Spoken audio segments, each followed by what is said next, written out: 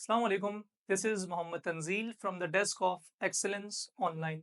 So student, ये जो हमने डायग्राम प्रेजेंट की हुई है, this is the lateral view of the central nervous system.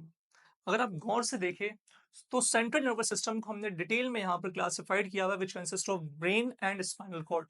यहाँ तक जो पार्ट डायग्राम में मेंशन है, which is a part of brain.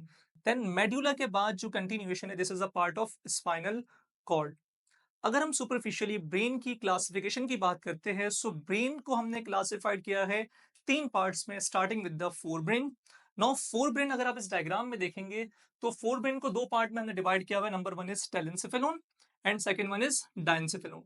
ये जो आपको आउटर पार्ट ब्लू से जो रिप्रेजेंटेशन की हुई, this is the part of cerebral cortex. Now second जो मिडिल में प्रेजेंट है, this is the part of diencephalon. Now forebrain consist of telencephalon as well as diencephalon. Second category पर आते हैं, ब्रेन की second classification की बात करते हैं, विच कंसिस्ट ऑफ मिड ब्रेन। तो डायग्राम में ये वाला जो पार्ट आ रहा है, this is the part of mid brain.